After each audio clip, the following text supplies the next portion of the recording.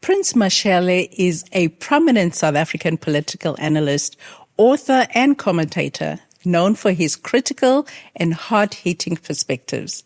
He holds a master's degree in political studies from Rhodes University, having previously earned a BA and honors degrees from the University of Venda.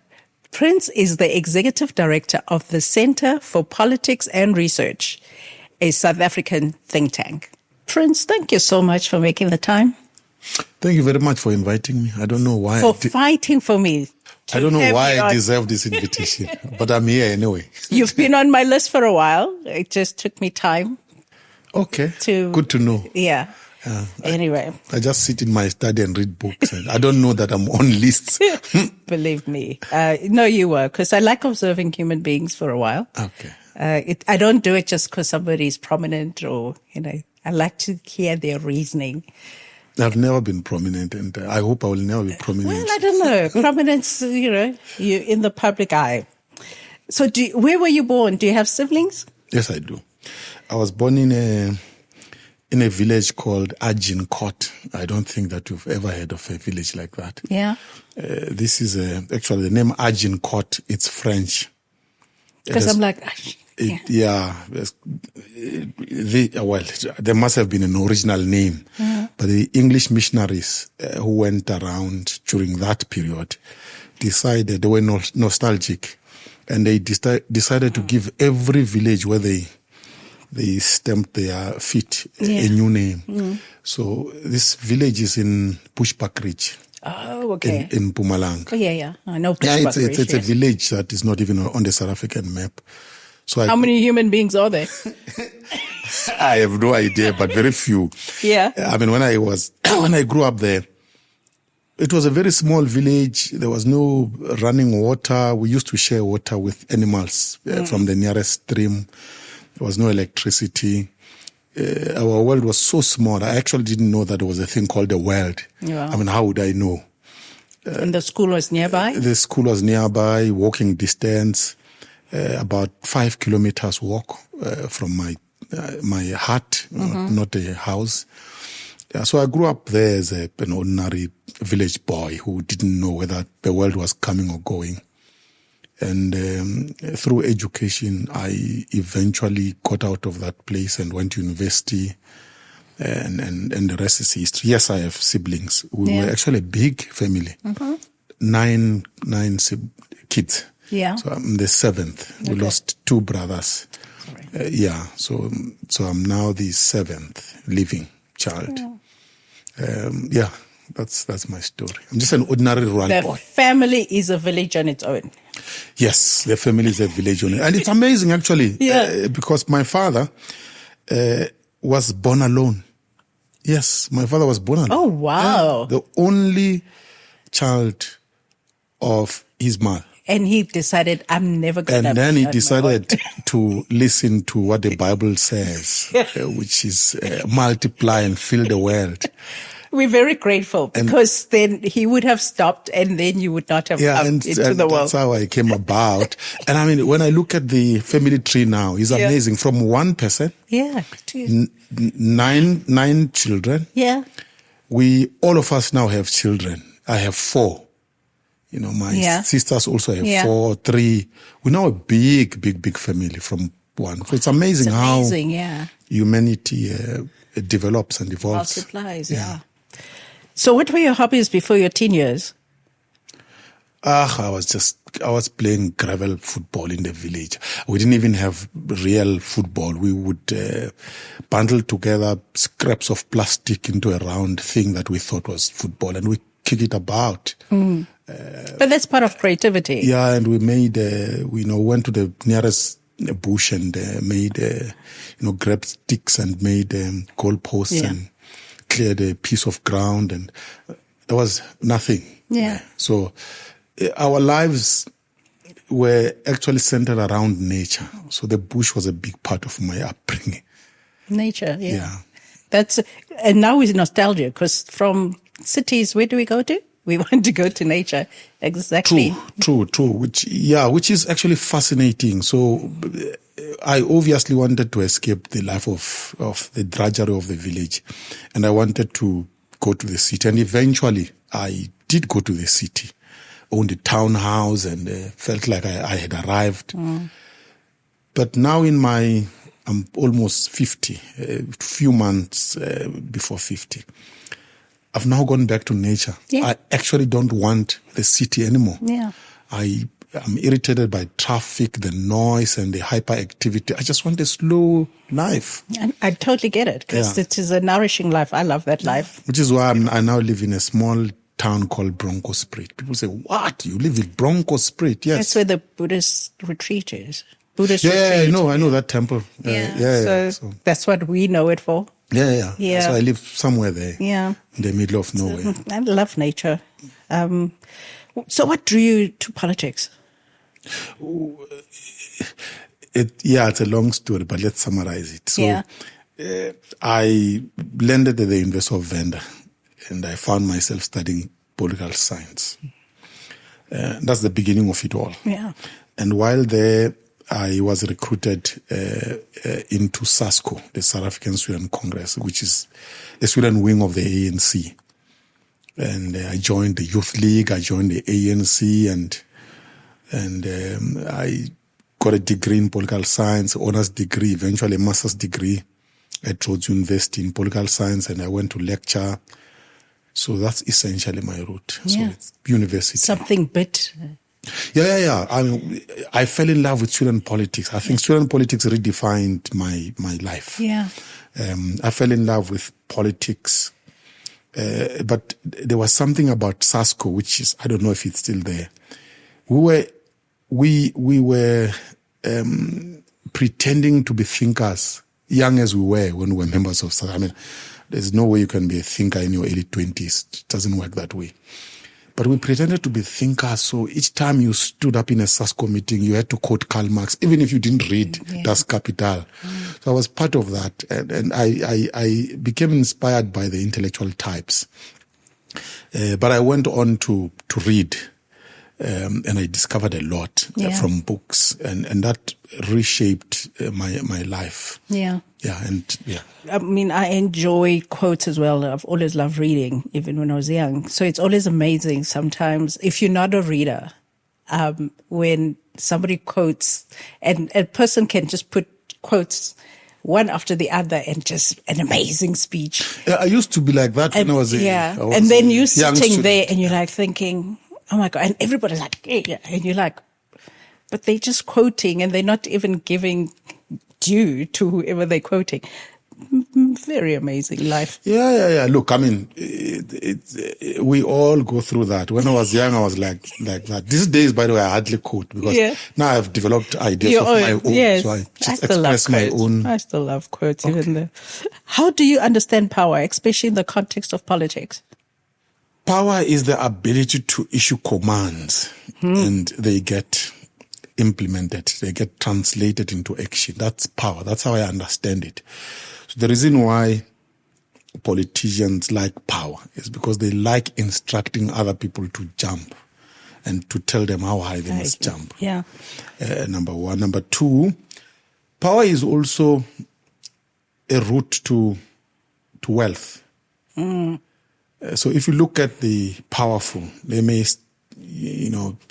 begin as powerless, they have nothing. But eventually, they become rich. So look at the lives of our politicians. They were born in the rural areas, this and that. But most of them today, they live like millionaires and billionaires. That's power. So two things. Not the public servant. No, forget about that. Two things. One, to instruct people to do things. Two, to be wealthy. That's what our politicians are about. They lie when they are on public platforms. But I can tell you the core of it is they want to instruct people to do things for them and they want to amass wealth. Yeah. That's how I instruct. That's why I'm not confused when I analyze politics, because I understand what this business is about. What the motivation is. Exactly. But isn't it ironical? I don't know if ironical is actually the word to use there. When you know that there's somebody else pulling the strings, that is it real power? Because even if you issue the commands, you know that somebody else has given the instruction and then you just the conduit? Look, it depends on you. Yeah. There are different types of power wielders. There are those who are happy to occupy a seat, knowing that someone is pulling strings. They don't have a problem with that. Yeah. In that category, you have incompetence. They know that they're incompetent. They consider themselves very lucky that they found themselves sitting right there. But they know that they actually don't deserve to be there. So you can pull strings behind them. They don't mind because they are occupying the seat. They are incompetent. They're very happy. But there are others who understand that they would need string pullers in order for them to achieve whatever they want to achieve. So in politics, it's a game of, the politics in most cases is a game of using each other. So there's a deal there.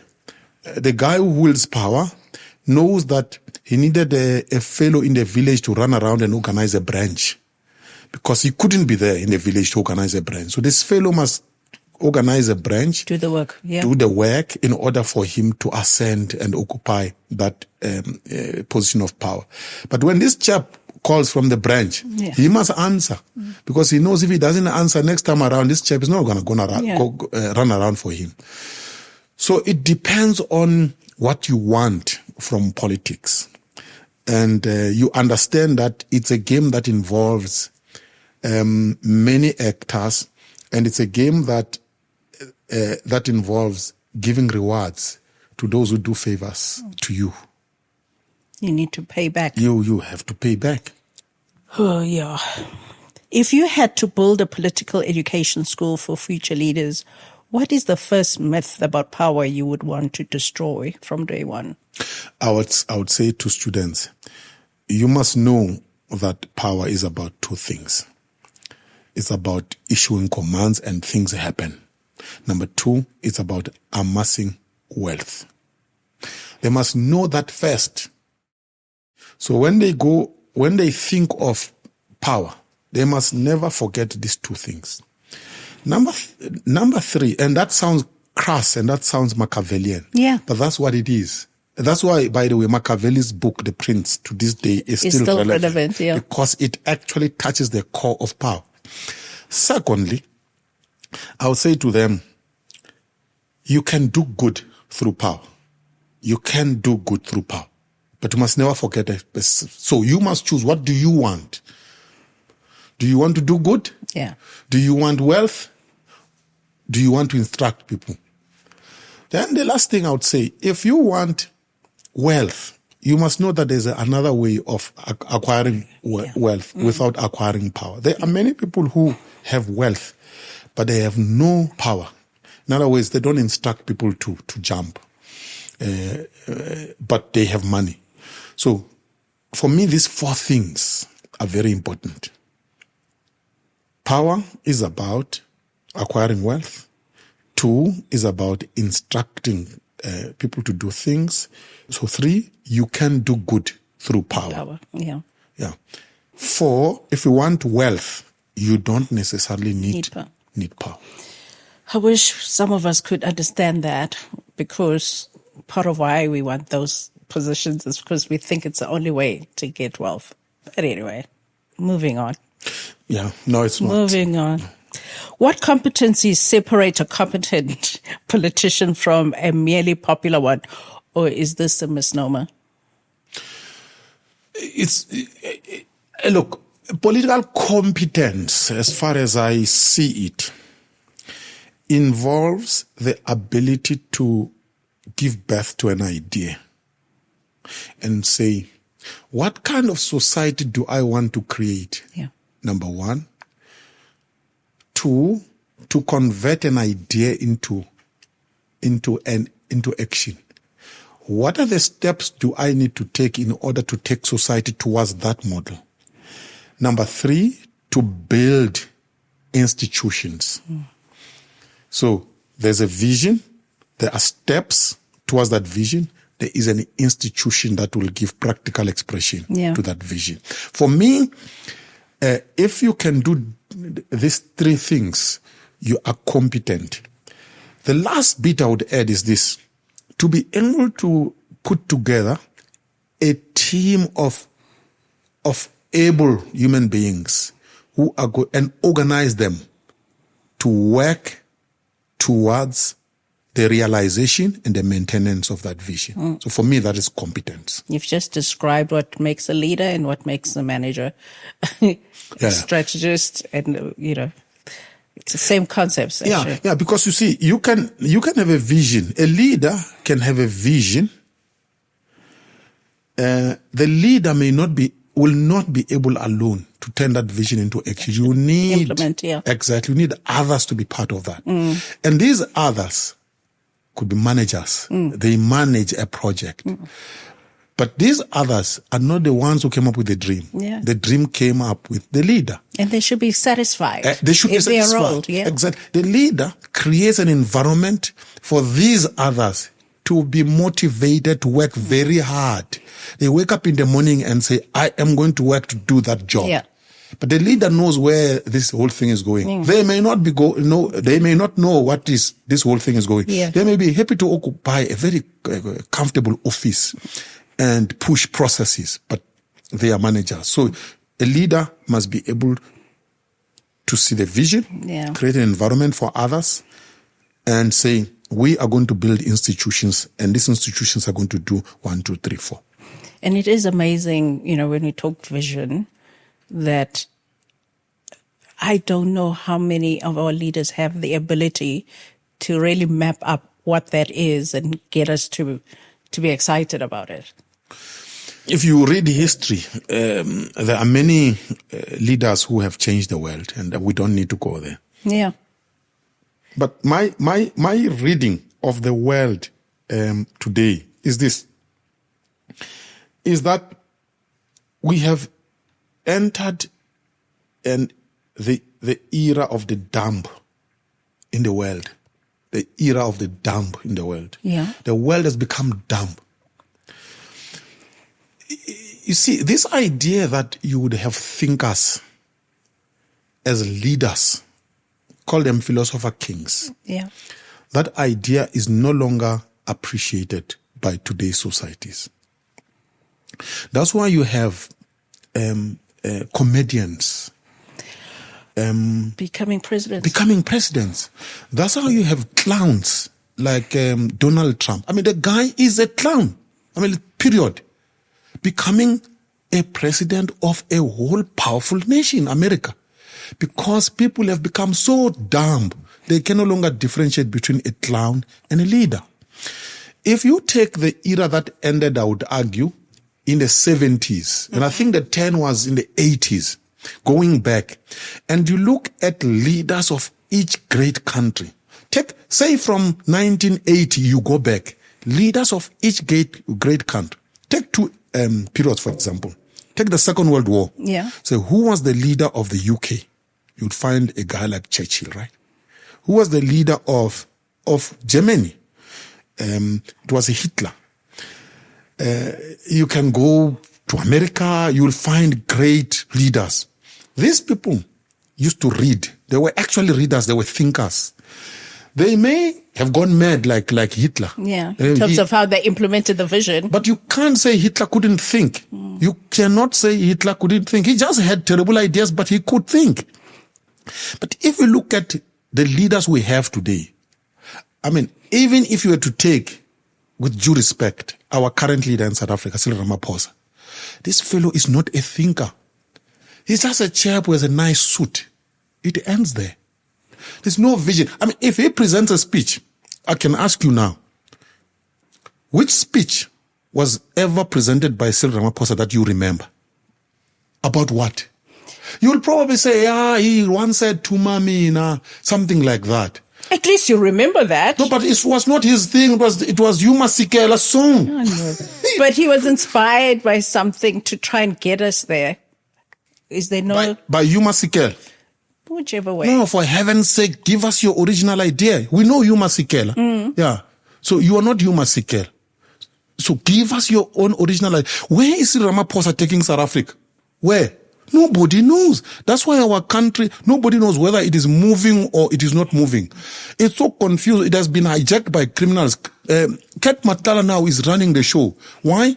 Because we have these dumb and stupid leaders who cannot see a vision.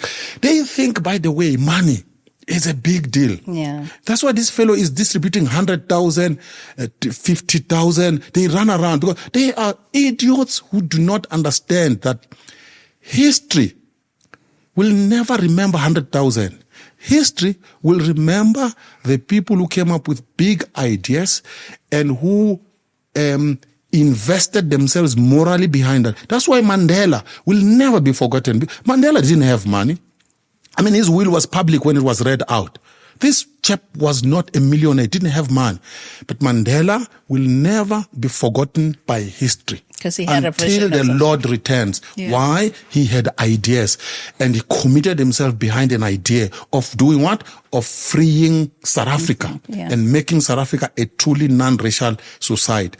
There's no money involved there. Yeah. But the vision. So yes. The problem is that now we are a dumb world and we are led by idiots. And every time you have a vacuum, things come in, which is why organized criminals And are the criminals and the thugs. Yeah. I mean, they have completely taken over South Africa. However, when you're watching that in 20 years' time, it's no longer the case. I just need to say that because we need to hope that we come out of this. Yeah. By the way, hope is very important because Yes. that's what sustains societies. We need to know we can be different. But you see, it is not religious hope. No. Yeah. We There's need a difference we need to act between the towards two. it. We have to act towards You it. hope that the Lord will return one day. You must keep on praying, right? No. It's not that kind of hope. No, not that. It way. has to be a hope that is driven by an ideal. For which I'm prepared to die. To die. And you need to organize men and women towards the realization of that ideal. Yeah. Then that for me is the kind of hope I'm prepared to entertain. Not this wishy-washy, let's pray. No. I must say we're in sync. I've heard you sometimes talk about, STEM careers and STEM qualifications, and I was always disappointed that we did not skew our education to be passionate about that. I mean, when you look at places like Ireland in the early 2000s, wasn't that the vision to be like a tech hub of the world? And that's the thing. It's taking us back to this thing of being led by idiots. Cyril Ramaphosa, for example, one of them. They do not they do not understand how the world works. Here is the thing. The march of history has been about humanity moving from backwardness to progress. That's the crux of it. Just study the whole march of history. It's about backward human beings in the main living in the bushes, in the rural areas, realizing that we need to build a town, a city that's going to have a sewage system, going to have clean water, running water, all of that stuff. Eventually, there's modern transportation and all of that. At the base of that, it's science and mathematics. Whether you want to go back to the Egyptian pyramids, it was science and mathematics that produced those wonders. So, there's no shortcut. There's no shortcut about it. The first society to make the highest, to achieve the highest level of civilization, practically, has been the West. Whether you hate them or you love them. The white people, the Occident, they reached the highest peak of civilization. That's why they could go around, by the way, colonizing everyone. Because they had the technical means of colonizing us. They would rock up in a village and they tell you, you shall praise my God. Here is a Bible. You say, I will not. They blow up your head with a gun, which is a scientific product. Right? But fast forward, the second group to emulate, the Asians. In fact, the first group was actually the Japanese. They said Western technique, Japanese spirit. Yeah. But science and maths was behind that project. Because even just in time. Exactly. So even now, China, right, realized that. And it was Deng Xiaoping who actually facilitated that scenario. Also, he realized maths and science. China is number 2 in the world. Whether in terms of AI, China today, by the way, is actually the leader of AI, of the AI project. The Americans are waking up. They're very worried because they know that China is number 1. Yeah. So, in South Africa, if you had leaders with vision, they would understand that that's where we should go as a society. So we must emphasize maths and science, especially for black kids. Yeah. Because blacks are the poorest in South Africa. And the majority. If you want to turn their lives around, force their children to study maths and science and master it. Yeah. Over time, we would be leaders. Because now we're in the AI-enabled world. Exactly. Where are we going to be competing? But this is a conversation another time. I'd like another time to talk to you about the idea that Africans actually used to travel to the Americas before they were Americas, long before Columbus. But that's another conversation. It's okay. I know that story. That story. Yeah. So, but they were not colonizing and plundering. They were just trading.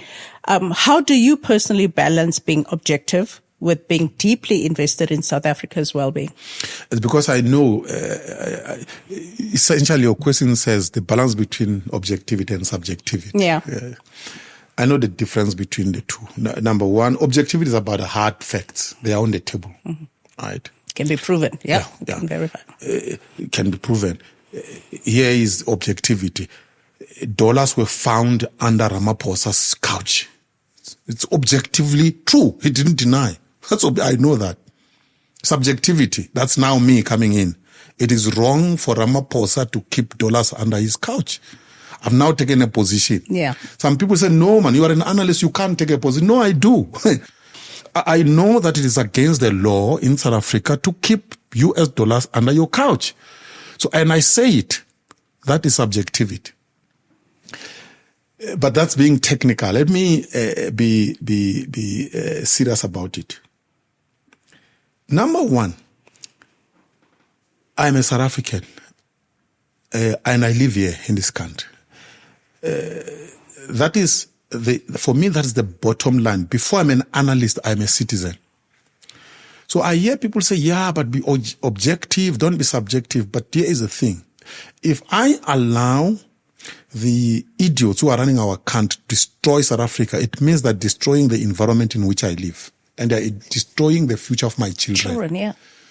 So that's where I draw the line between objectivity and subjectivity. I say, I understand these fellows have been voted, they have power. Yeah. But I will never, as a citizen, as a responsible citizen, I will never keep quiet when they destroy the future of my country. Full stop. Because you have a personal stake in it. So that's my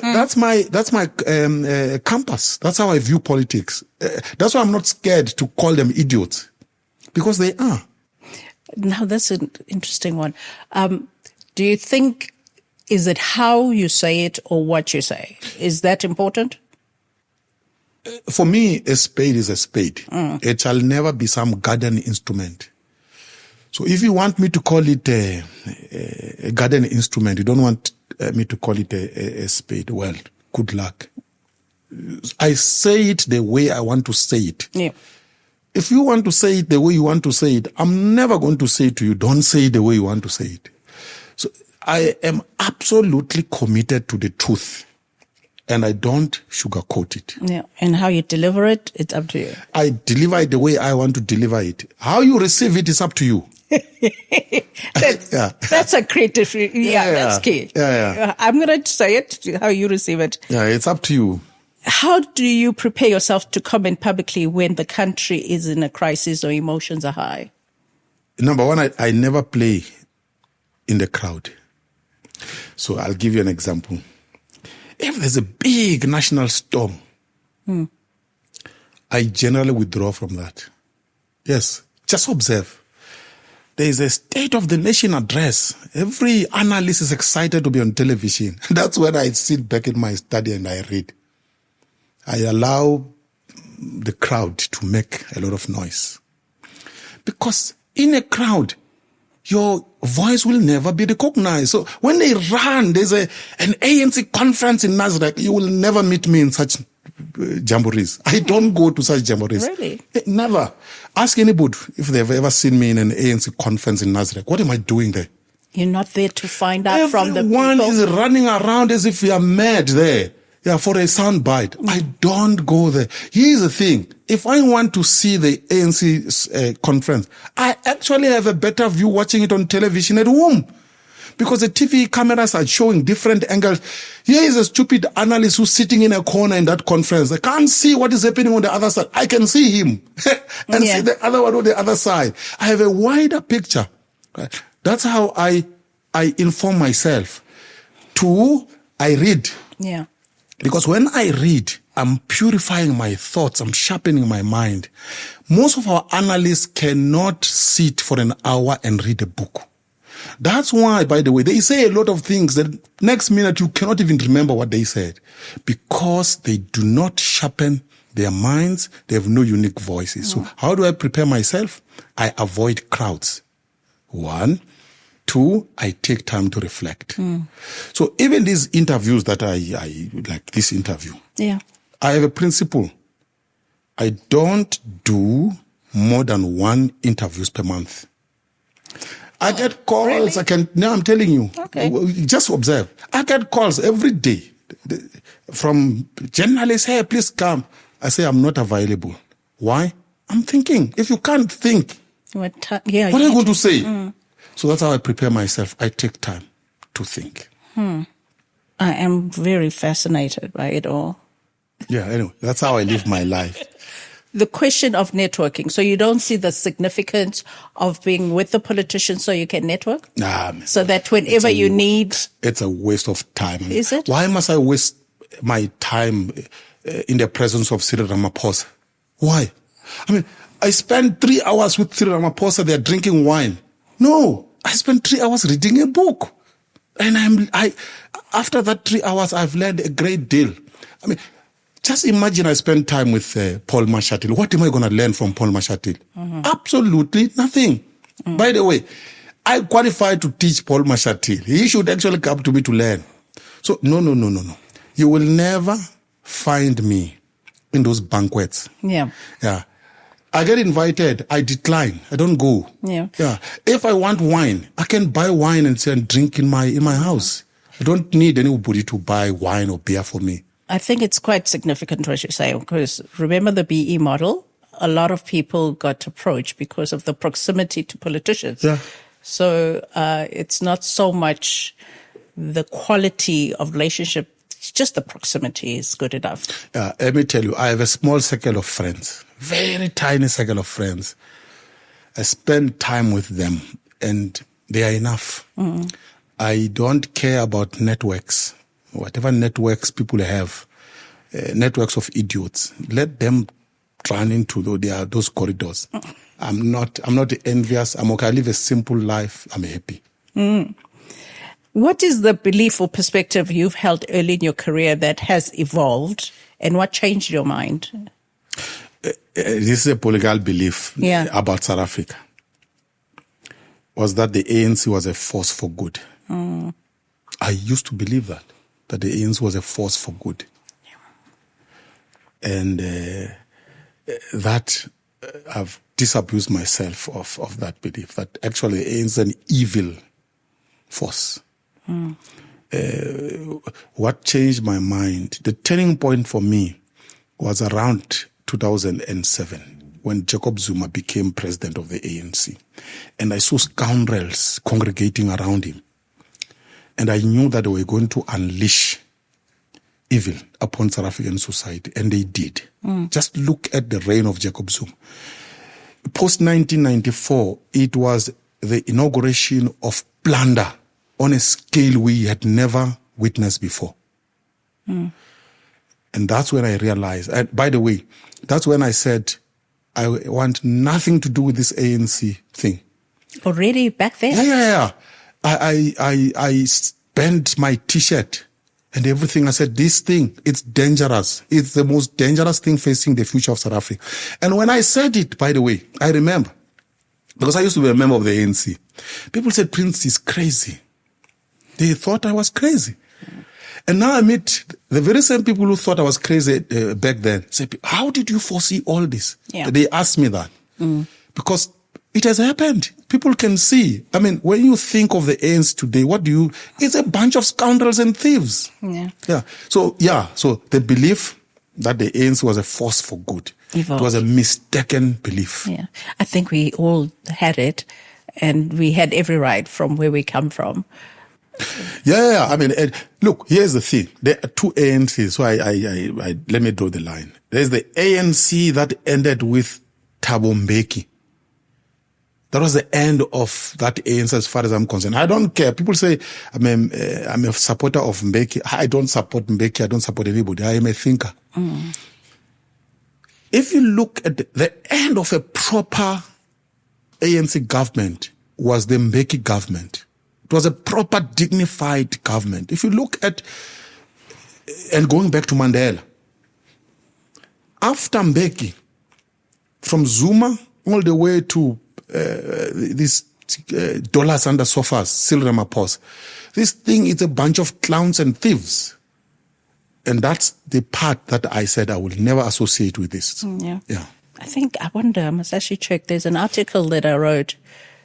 I don't know if it was 27 or 29, because when whatever was happening, it made me remember of Kenya. It's our turn to eat. Yeah. And I think I actually, Mashele wrong. I think I actually named the article that. It was the energy around that. It was like, let's just plunder and get as much. And it's actually interesting. Our turn to eat. It's a concept that was conceptualized by Mashele Wrong. The book is entitled Our Turn to Eat.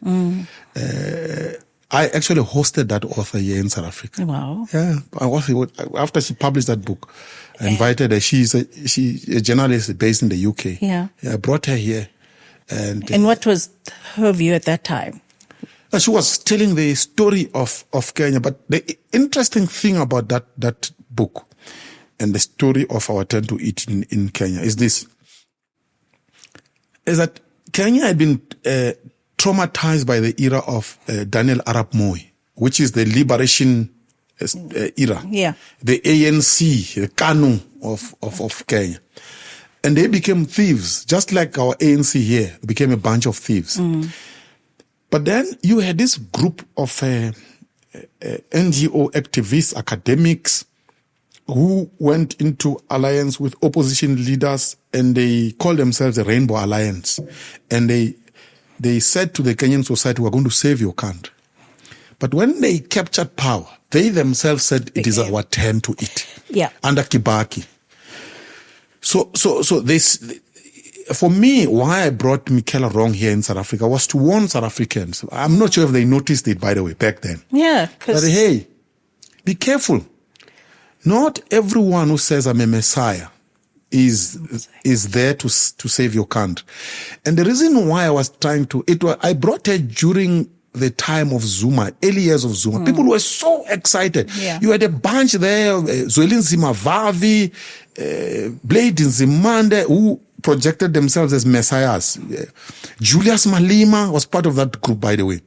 And I was sending a message at the time by bringing Mashele here that, hey guys, this bunch, they are not about saving you.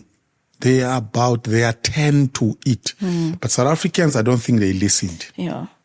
We don't read. And we don't listen to the right things, which is why we're into clickbait. The greatest challenge facing black people, and I'm prepared to be lynched, is the distaste for books. A nation that does not read, it's doomed. I always say, though, it's not just about reading, it's what we read. We can get there, by the way.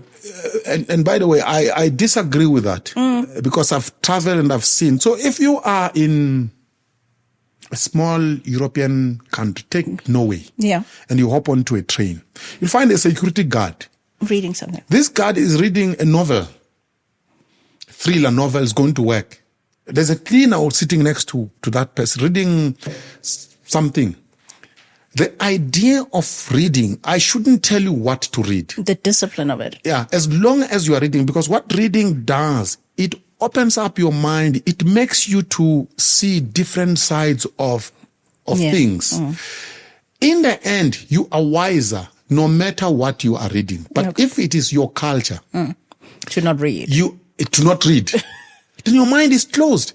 Then you are going to fall victim to periodic messiahs who are going to come across, like a Zuma, for example, who's going to come across with a t-shirt printed 100% Zulu boy. And then you get South Africans clapping hands because they are stupid.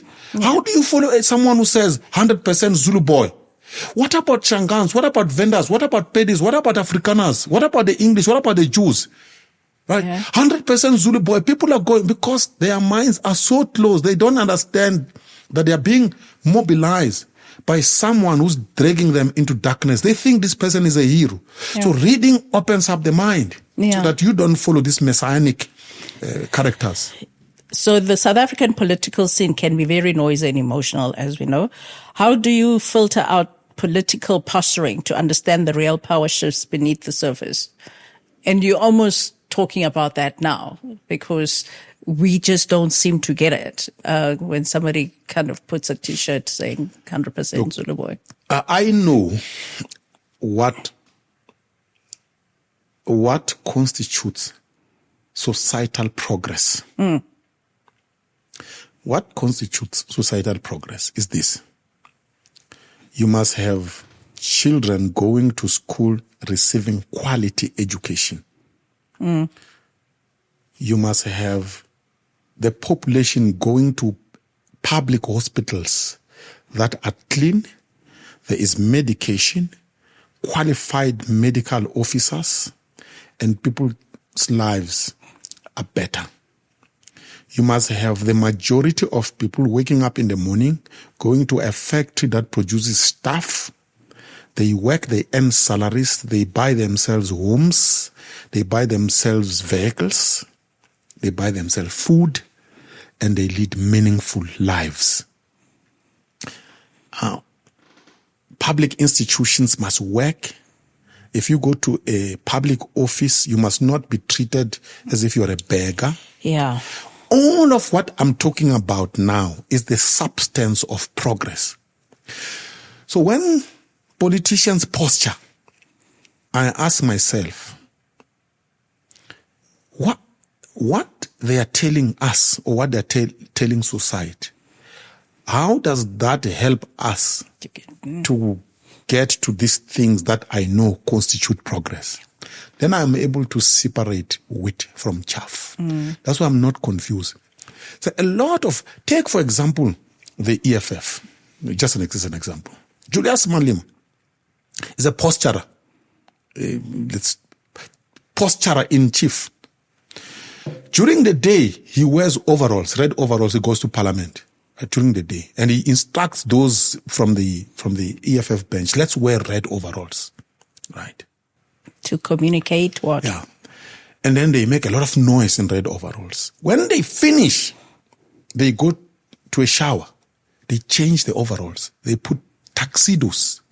They go to Santin, to Signature, a restaurant in Signature. They drink expensive whiskeys and they live in Mazoti's penthouses. That's Julius Malema's life. And he's got bodyguards. He's driven in German sedans, right? Now, that is a posturer. That is a posturer of note. Why do we fall for it, though? That is because the minds of our people are closed. So one of my projects, by the way, is to tell this truth until people wake up. That, hey, don't listen to this chap, Julius Malema. He is a posturer. He is using you. He wants your votes so that he can go and posture in parliament wearing red overalls. But actually his main agenda is to wear a tuxedo at night and go drink expensive whiskey and to live comfortably in Mazoti's house. That is my agenda, to educate society. And by the way, for me, that's the role of intellectuals, public intellectuals. So we fall for it because our minds are closed. So I am able to separate because I know what constitutes societal progress. Yeah. Societal progress, it's not a red overall. By the way, red overalls are not supposed to be in parliament, are supposed to be in a factory, people working. And people who wear red overalls, who are not acting, they do not trivialize a red overall. No. A red overall is a serious business to be trivialized in parliament. Because it comes with dignity, actually. Or it comes with dignity. Or the second group of posturers, right? They umkonto wesizwe, idiots. They wear camouflage, military camouflage to parliament. Hey, my goodness, they don't understand. Here's the thing. A camouflage, military camouflage, serious business. Ask the people of Ukraine who are wearing camouflage business. They are being murdered. Bullets are flying. You know why these MK idiots are wearing camouflage? It's because they know in parliament there's no bullet. If you were to say to them, you pretend to be revolutionaries, get out of parliament with your camouflage. Go to the bush, there are bullets fighting. Let me tell you, all of them will take off their camouflage and wear white shirts and say, oh, I don't want to be shot at. These are plastic paper revolutionaries who are posturing. So I am able to cut through the nonsense and say, these idiots who are wearing camouflage these are cowards. They cannot stand a bullet where bullets are flying in the bush. Well, we're in the age of PR and marketing, isn't it? Just get to the plasticky stuff. But we must tell society. Yeah, we should. That these people are lying to you. It seems that South Africa is now in a period of coalition politics for the foreseeable future. What structural changes do you need to make for these coalitions to be functional and not be so chaotic? We need a new legislation.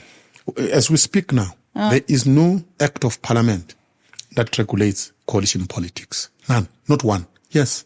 People don't know. There is not one. Not one. Why? And is anybody working towards it? Why? Well, I'm not aware of anybody working seriously. I hope somebody's working towards it. Here is the thing. Why we don't have it. The drafters of our constitution didn't actually imagine that would get to a... Yeah, they had no imagination. They didn't even have that scenario in mind. That scenario. That one day, this behemoth called the ANC will no longer be a majority in parliament. As they were drafting, remember, the biggest components of the drafters of the constitution were two. Yeah. One, the ANC representing blacks. The two, the National Party representing whites. The National Party knew that they were exiting. And they thought we are being replaced by a black nationalist party. A majority that is going to rule. Then the question was, how must we regulate the majority part? They didn't think, it would be possible one day for there not to be a majority part. So even the Africans of South Africa have shocked. Exactly.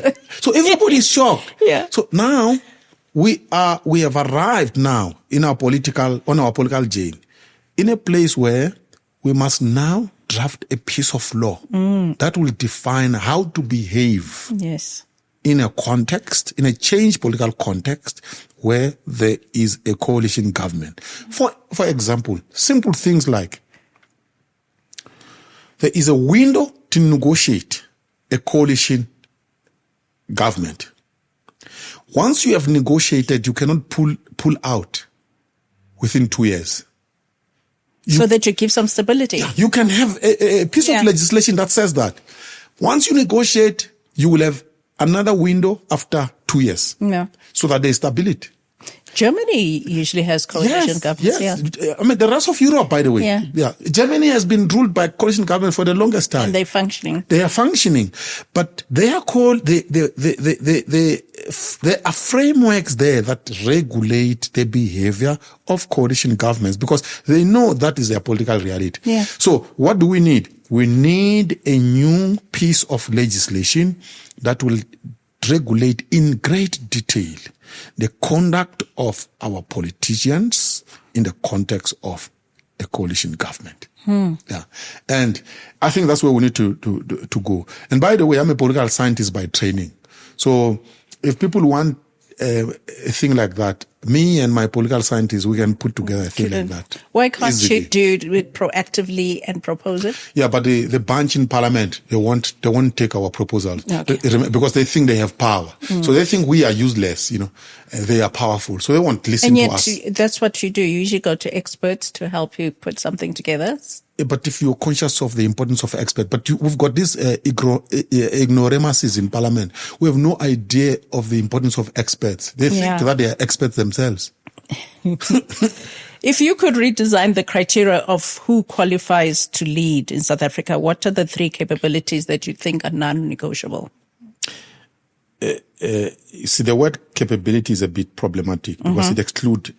So, what are the 3 qualifications that may include capabilities? Number 1, no one without a post-matric degree, a post-matric qualification, should occupy a public office. Because? I would argue. Because occupying a public office requires technical capability. So, for example, if you are a councillor, you have a serious responsibility to allocate the budget of a ward, the budget of a city, right? You have a responsibility to plan the public infrastructure of a city. I mean, can you imagine you have someone without matric, without a degree? This person is busy planning for us as residents of Johannesburg, of Tswane, and this person is budgeting. He's responsible for developing a budget that is more than 100 billion. How does that work? How does that work? This person can't even develop a personal budget, their own budget. They are in a financial crisis but then this person is allowed to be a councillor. So qualification number 1, no. You must have a post-matric qualification. Because at least we can assume that you have the technical capability to understand the technicalities of governance. Period. First thing. And I know people say, but this guy's elitist and so on. The chap who's going to say that, by the way, will never go to a doctor who doesn't have a medical degree. Never. It's if you say because there's no difference between that doctor and the Sangoma. Because we just think we can we can rule. Yeah. You don't need. Governing is a technical process. So that's the first thing. The second thing is you need to have a criterion that is going to measure ethical integrity. Yeah. So some dodgy fellow who once ran a stock fair, swindling money on the people of Soweto, that person must never be allowed. The fact that this person has not been to jail shouldn't be used to justify that this person must attend. So ethical integrity would be, for me, the second qualification, ethical integrity. Integrity. Third, financial honesty and responsibility. So if you've got this guy, he wants to occupy a public office. Firstly, this person must open up his personal financial books and tell us how much has he made from where. The lifestyle audit before you get the job. Exactly, before you get the job. Otherwise, you end up with tsotsis and thieves. Because, so you tell us before you get the job, so that when you now have the job, maybe a year down the road, we will revisit your finances and see. Now you are so wealthy. But before you became a councillor or a mayor or a president, you had so much money. How did you make this money? You must explain. So that we protect our politics from the likes of Ket Matlala, who pump money into the private pockets of politicians. Like Mashele, for example, who lives in mansions that he can't explain. He keeps on telling they belong to my son-in-law. We should have asked this chap before he qualified. Why is it that Mashele, before he was president or MEC or premier, his son-in-law didn't have mansions, and suddenly the guy is deputy president, his son-in-law has mansions. You can see there's a link between the mansions of a son-in-law and the office that this guy has occupied in government. So I would say financial transparency and responsibility is the third. How then do you propose that political parties raise funding? Because it does come, I mean, this is the way that corruption is perpetuated. No, we govern it. There's a legislation in South Africa, by the way, that governs it. Although the politicians have realized that there were they were unrealistic in the limits that they set. They were too small, those limits, for example. So in the US, for example, the US model, I actually like it. The US Really? model. Yeah, I like it. The lobbying model? No, not the lobbying. No, there's a difference between the lobbying part and fundraising. Yes. But fundraising in the US is regulated. So, and we usually know who's giving. We know who's giving money to whom. So it's not hidden. So we need to know who's giving money to whom, right? So that we can track the trail of influence. Because in America it's very obvious, and they're not shy about it. Yeah. And so we the voters must know who's giving money to whom. That is important.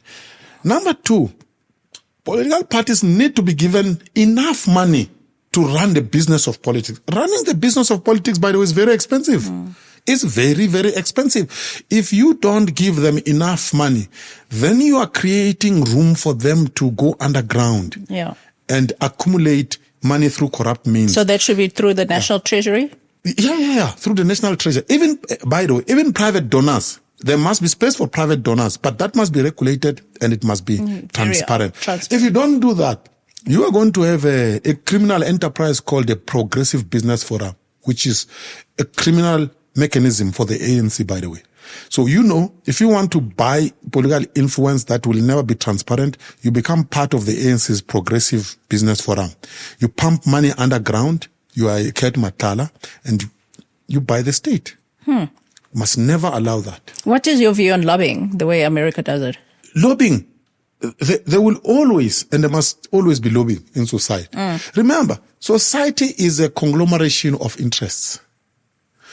So society is made up of sectors who want to advance their own sectoral interests. And these sectoral interests will jostle for influence.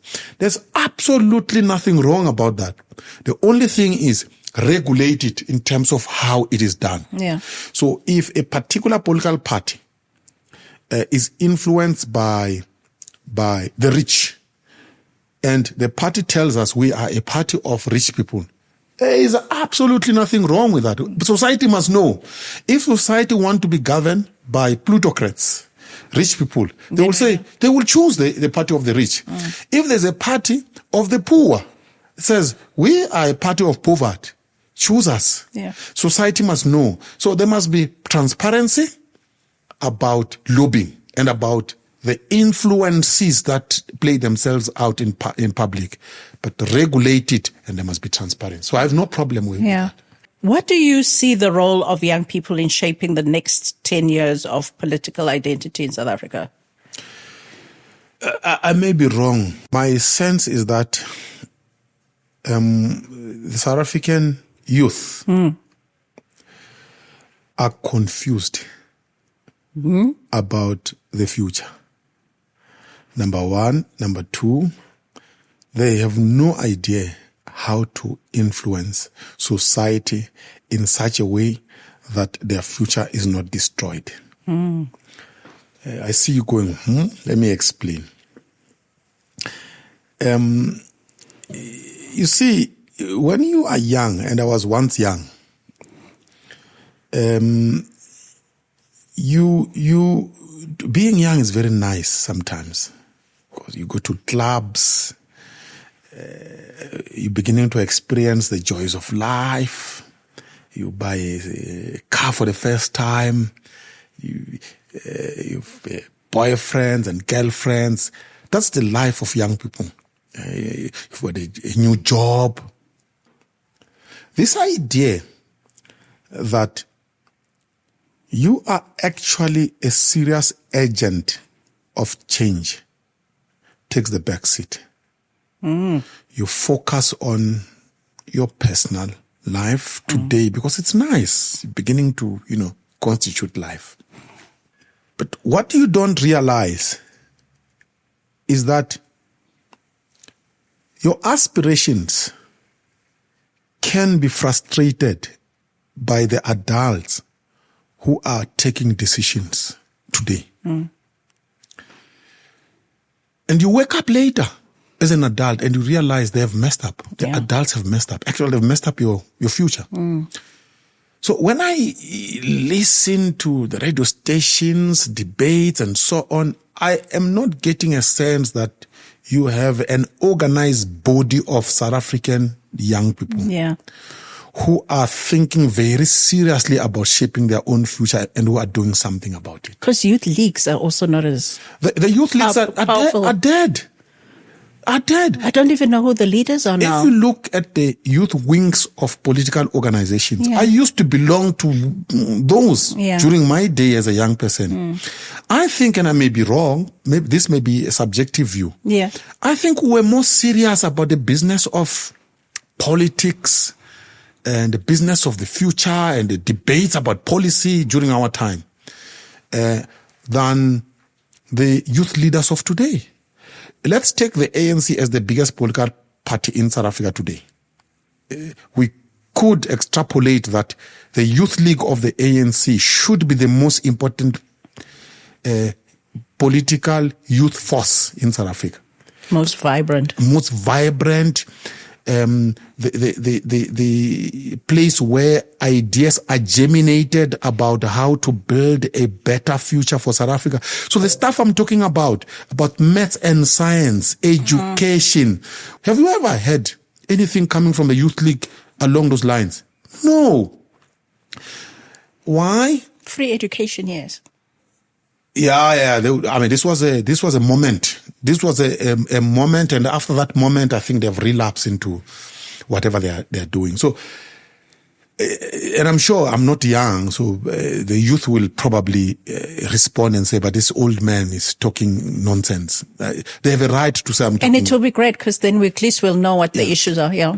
But from where I'm seated, I am not aware of an organized body of young people who are seriously working on this project of building a better future for themselves. So, for example, we said education, the role of AI, artificial intelligence. Artificial intelligence, it's a fact, will take jobs in the future.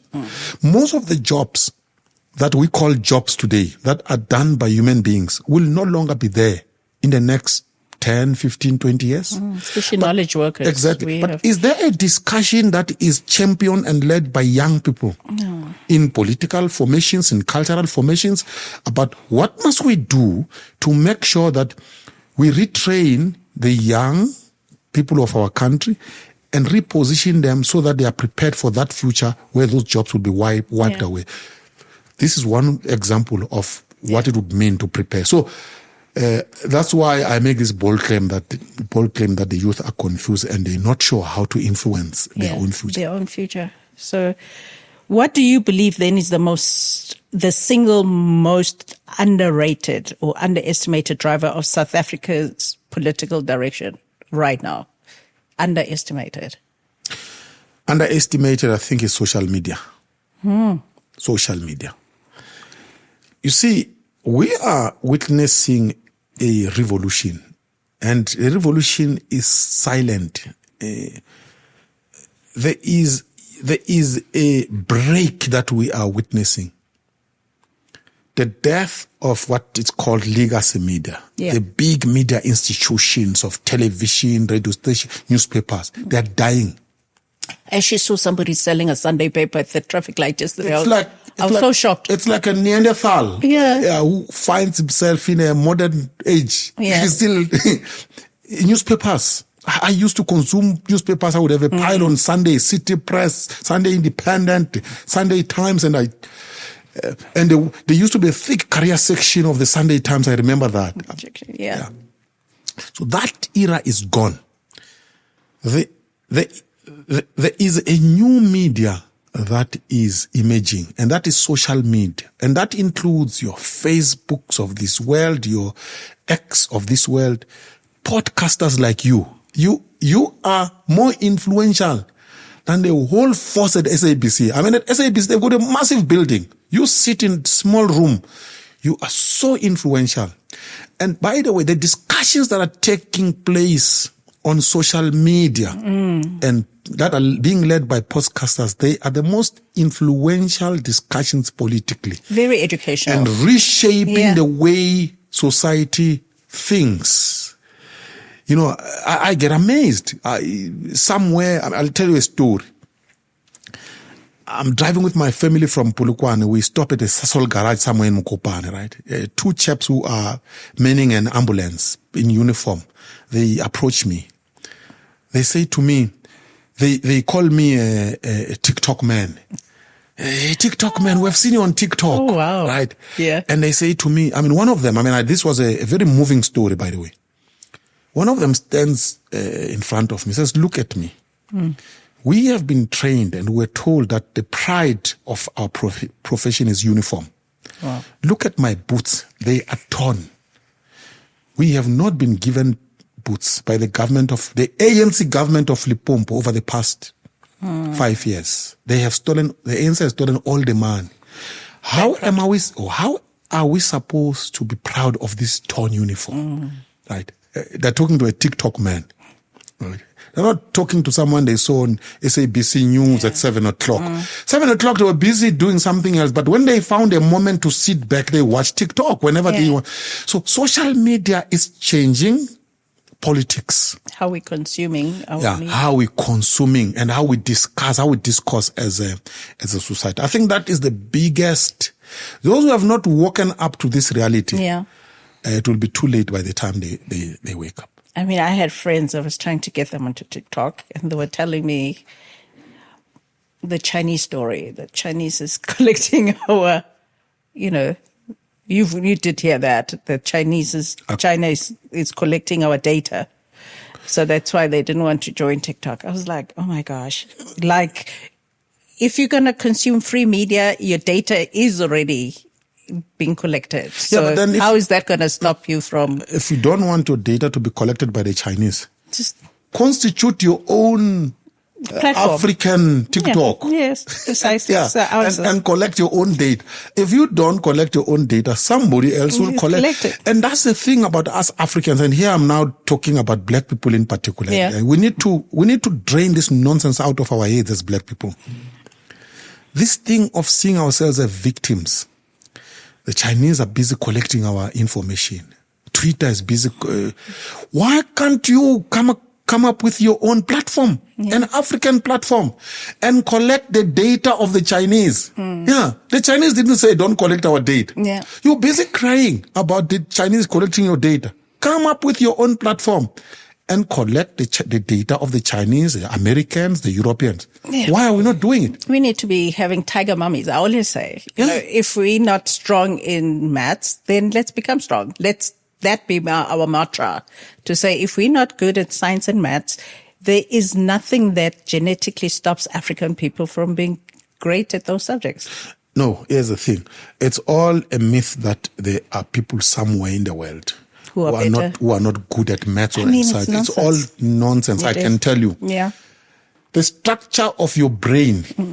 Let me be graphic about it. If we were to skin a black person, right, and we skin a white person, so there's no skin. And then we say, examine the structure of the brains of these two and tell us who is white and who is black. Let me tell you, there is no scientist in the world who would say this is a black person. No. The structure of the brain is the same. Biology tells us that. So this idea that the black brain can't master maths and science, it's all nonsense. So we can. The thing is that we have corrupt leaders who do not have vision. They destroy schools. So the Japanese, the Asians, by the way, the Asians who are non-white, they are the best when it comes to math and science in the U.S. In U.S. educational institutions, the best kids when it comes to math and science are not white. They're Asians. Why?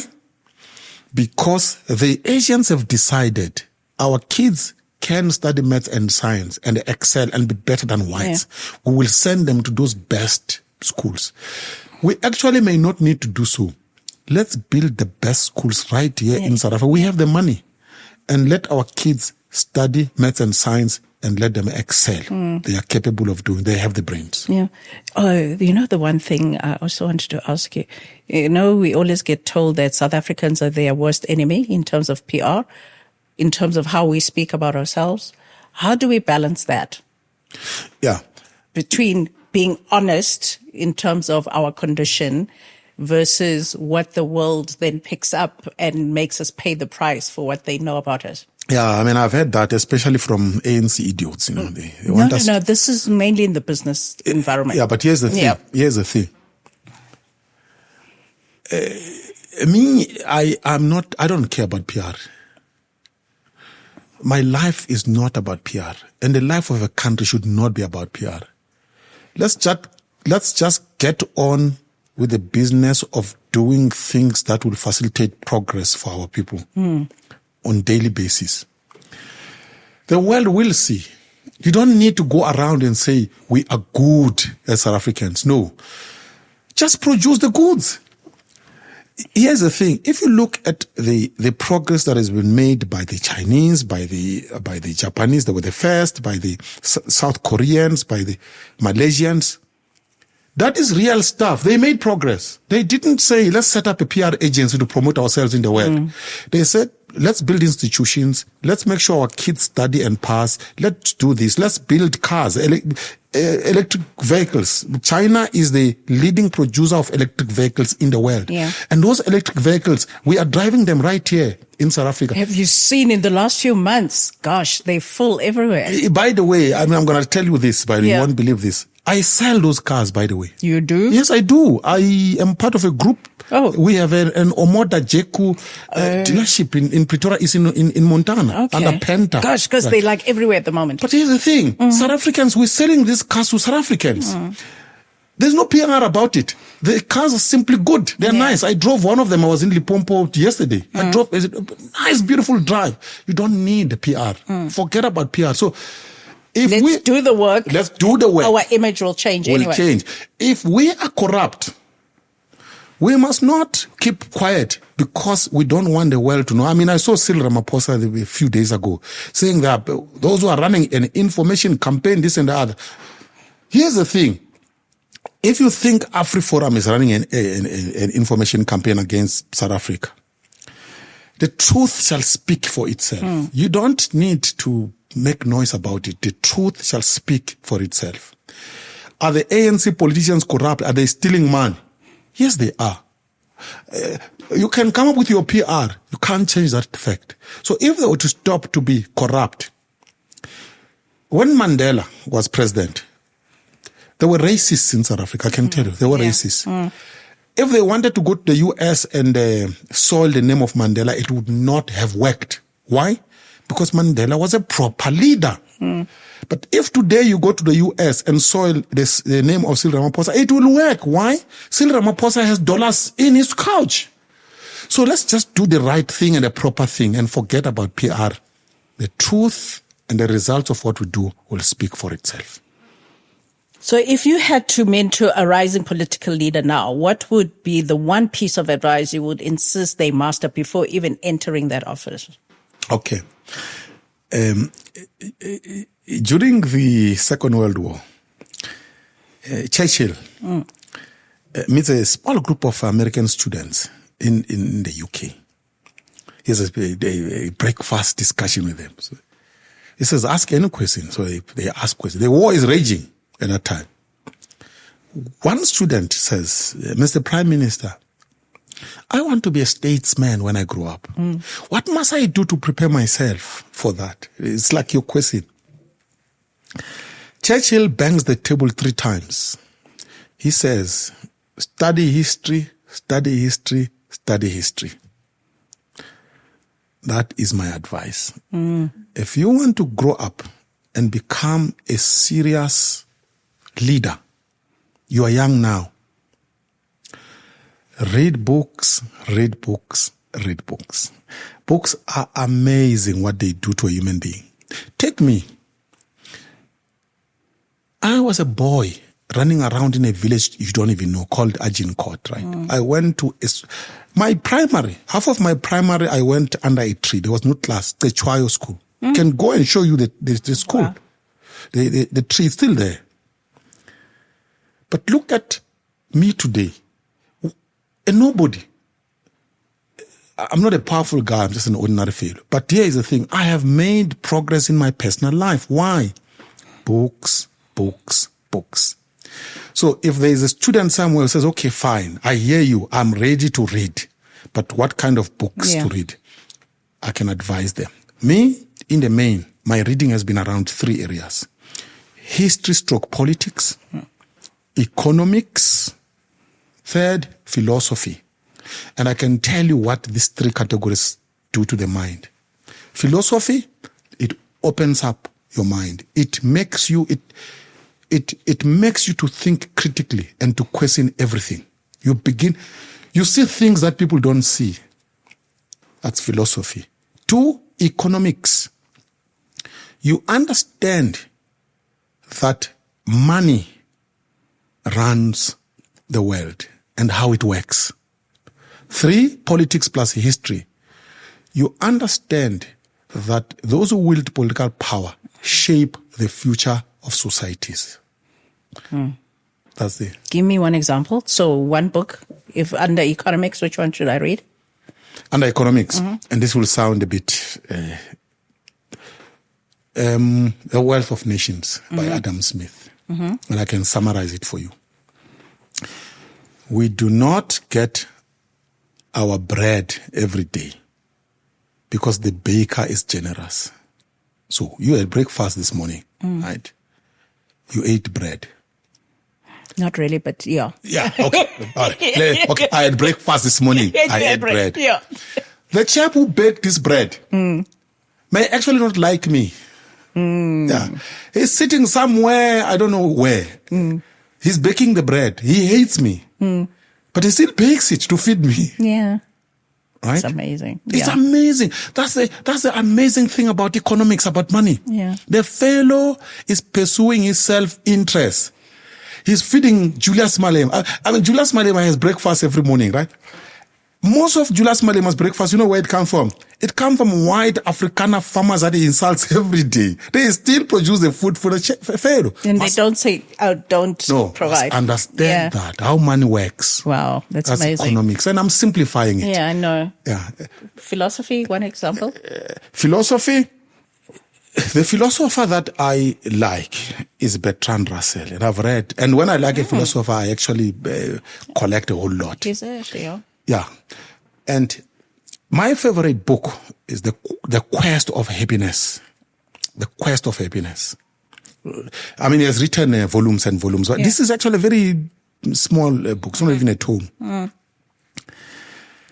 The idea of pursuing happiness as an individual and making it your business to be happy. You're not bitter. You are just happy, content. And how do you get there where you say, I am happy? Such that even if the world is going mad, like the world is going mad now, you are still happy. That, for me, is one of the best books I've read. Yeah. And it explains why I am one of the happiest human beings on. People say, Prince is bitter. No, I can tell you, my goodness, I'm one of the happiest human beings on. I mean, I have fun, play with my kids, I dance, I have a slow life. Despite the madness, I'm happy. So that's philosophy. But I have read lots of philosophers. And the one... Politics? False Necessity by Roberto Mangabera Unga. This idea of society as artifact, that everything that you see about society is man-made, it's an artifact. And it is not necessary to be the way you see it. You can change it. So that is powerful. False necessity. That's why I am an anti-necessitarian. I don't believe that what I see around me is necessary. I don't see myself as a slave of fate. I see myself as a shaper of my own destiny and that of my society. I've summarized for you. Those are nice ones to go and read. My character, what constitutes me. Yeah. If political analyst was removed from your identity, I know it's not, who would Prince Mashele be? I'm a simple rural boy who loves life and enjoys to be surrounded by nature. You know, when I'm in the bush and I see plants and I see birds, there is a poetic thing in me that gets excited. So that's me. You know, there's an interview I was watching, and you mentioned that the motivation for South Africa going to ICC was I know more Iran. Why do you not think we have been, as South Africa, supportive of Palestine without having to do the bidding of Iran? This takes us to the realm of strategy. Most people don't know what is strategy. Strategy is the attainment of a selected goal. What is my goal? You identify it. And then tactics is what is the method and the ways that will get me to my goal. So let's take Israel and Iran, this question. What was South Africa's goal of taking Israel to the ICJ? ICJ, yeah. What was the goal? Let me tell you. Cyril Ramaphosa has never stood on a public platform and answered that question. Do you remember him telling us what was the goal? If you ask now, what was South Africa's goal? They said, mumble this and mumble the other. What was our goal of going there? Because we believe that genocide is not correct. Is that a goal? My goodness.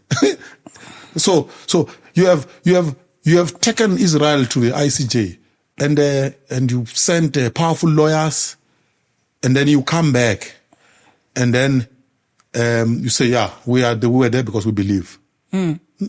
Is it not what enough? What do you get out of it?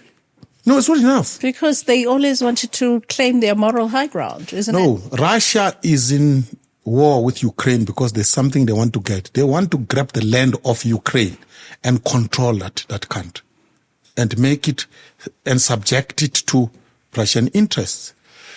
They may succeed or they may not succeed. But that's the concrete goal. So how are we going to attain it? We'll go to war. We'll just blow up their heads. We'll mobilize our army and invade, and that is a strategy. You may not agree with it or agree with it, but we know what we can judge. Russia has failed or has succeeded. Can we judge if South Africa has succeeded or not? Can you? How do we judge? How do we judge if South Africa has succeeded or not? That's assuming that our motivations are always rational. Is it possible that this motivation was more emotional and maybe irrational? So, let me simplify. But driven by protecting Palestine. Let me simplify. It is not possible to judge whether South Africa has succeeded or not by going to the ICJ. Yeah. And therefore, there was no strategy. That's why I do not support that. We can judge what has been the outcome. Yes. The outcome is South Africa has injured its own national interests. The Israelis have ganged up with the Americans and they have descended very hard on South Africa. And we are running around trying to persuade Donald Trump to listen to us. And he has no time for us. By the way, he has no reason to have time for us because we shot ourselves in the foot because we are idiots. If we did not take Israel to the ICJ, I can tell you, nothing would have changed by us going there or not going there. The mess so it was in a Gaza, miscalculation. Complete miscalculation because our political leadership are a bunch of idiots. Full stop. I don't care who says what. We injured our own national interests.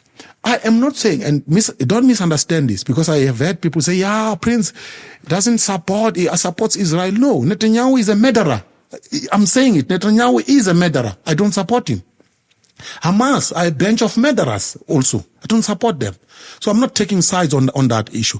But I'm saying from a strategic point of view, South Africa should never have engaged in a game that eventually would injure our national interest. Full stop. That's where I come from. The Palestinians, I don't agree with the way they've been murdered by Netanyahu. I don't agree with the way Netanyahu and the Zionists have demolished the infrastructure. I am angry, by the way. That is wrong, morally. But have you been to Palestine? No, I have not. Oh. Yeah, I have not. Oh. Yeah, but I see it on television. And if you ask me, by the way, do I want to go to that part of the world? I actually don't want to go there. Why? It would be heartbreaking for me to be at the center of that misery. I don't want to go there. Yeah. Yeah. And I don't want to go to Israel. I cannot stand people who target a group of people and maim their lives the way Netanyahu has done so. Because, number one, I am black. We, as black people, who were once subjected to apartheid, who were treated the way they... So you don't think that could be enough motivation? To do what? To go to ICJ? No, it's not. You don't? Yeah, it's not. You've got to make a strategy. What do you get out of it? Yeah. I get what you're saying. When you think of your own legacy, what intellectual contribution would you want future generations to appreciate about the wisdom that you've shared with the world? I want future generations to know that a simple guy from a village or a township can stand up and defend society. Full stop. It's as simple as that. A simple guy from a village or a township can stand up and defend society. Is that the ethical courage you think is missing at the moment? That is the ethical courage that is missing. And there may be other explanations.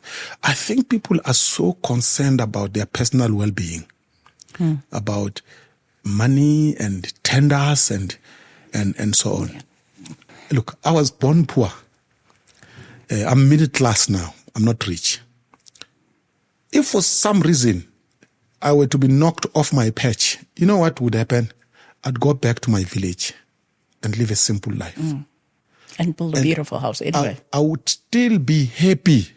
Even if, by the way, I lived in a shack. I know what it means to build a shack. I lived in a shack in Tsakani on the East End. So I can go back and live.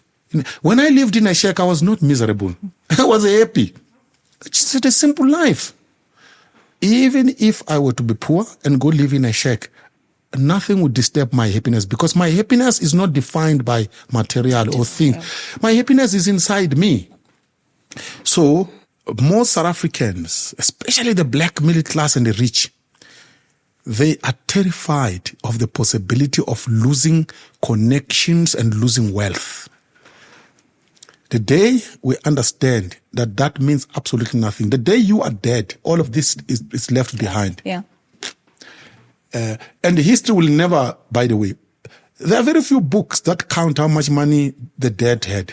Very few history books that say, okay, they once lived, so this guy was a millionaire.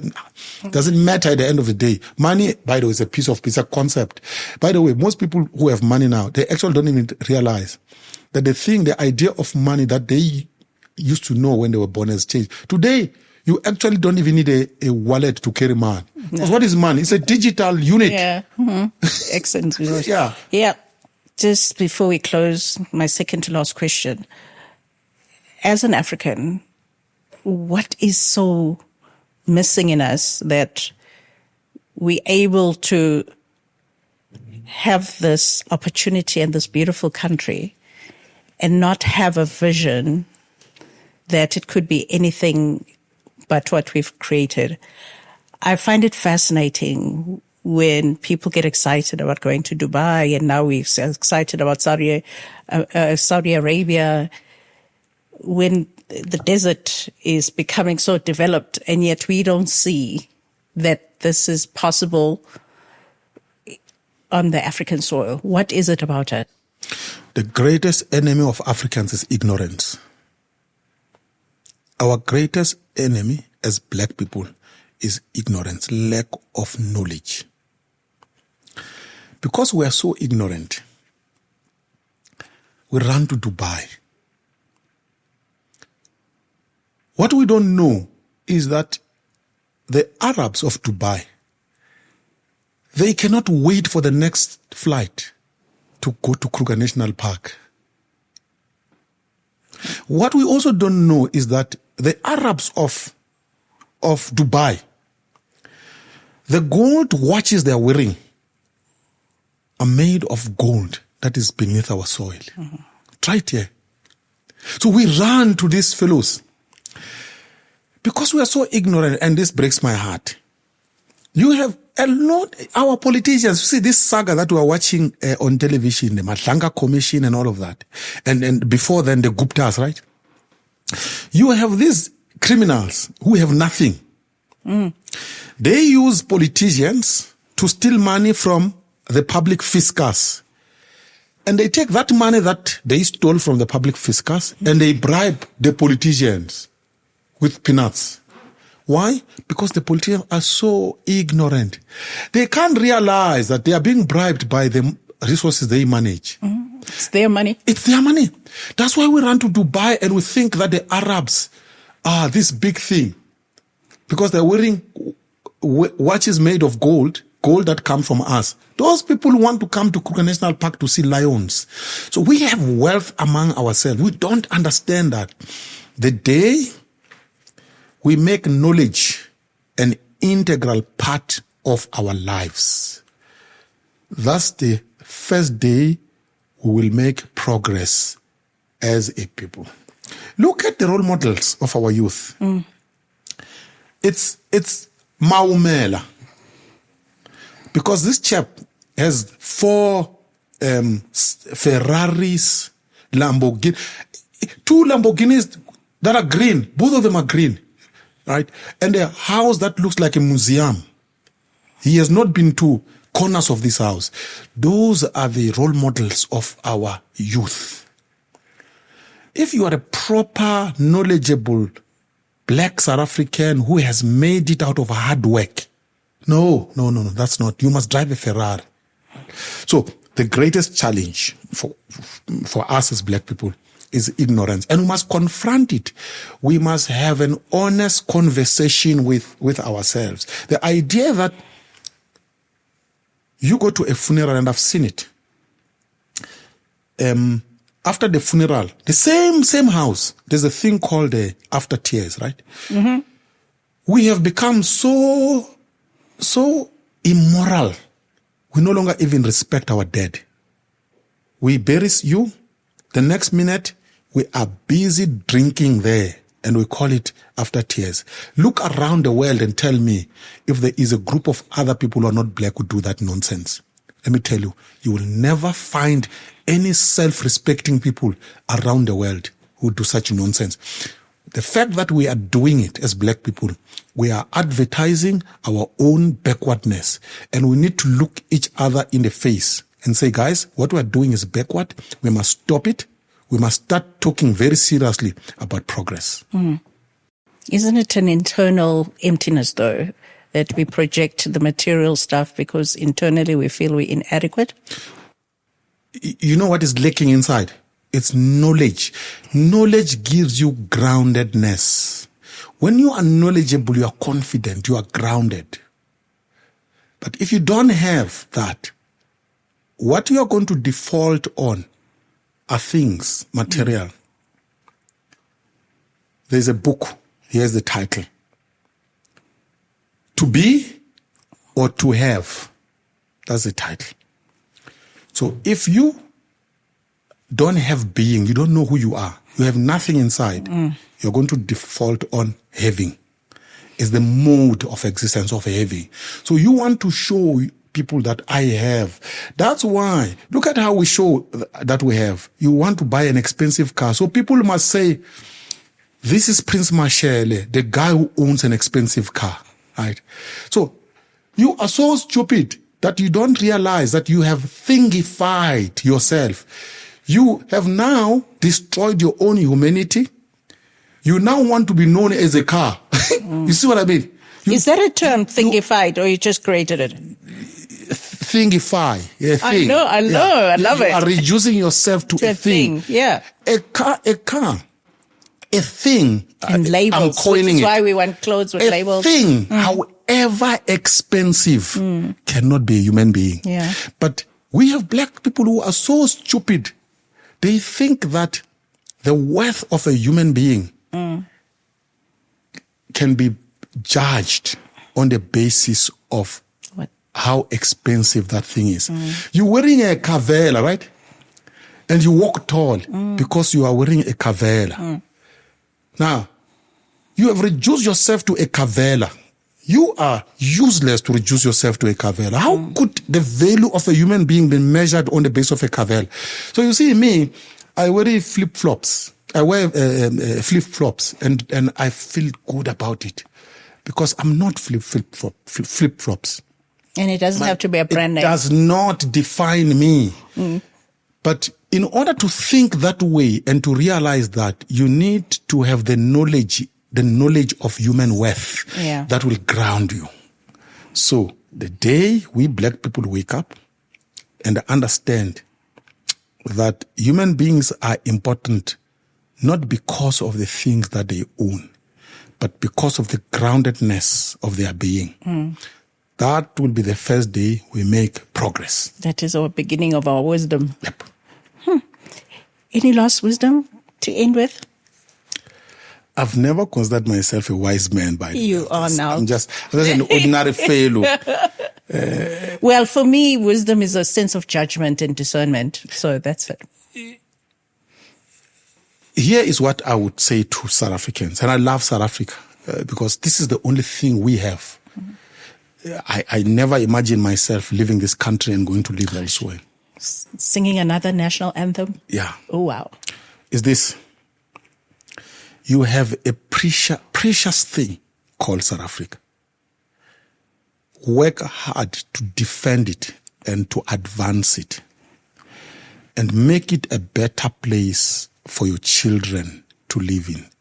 And don't let your children, somewhere down the road of future, to curse you and say, what did you do when others were busy destroying our future? Squandering. Thank you. My pleasure. There is a quote by the philosopher Lao Tzu that says, to attain knowledge, add things every day. To attain wisdom, subtract things every day. We can feel bombarded with numerous perspectives. This accumulation often leads us to confusion, not clarity.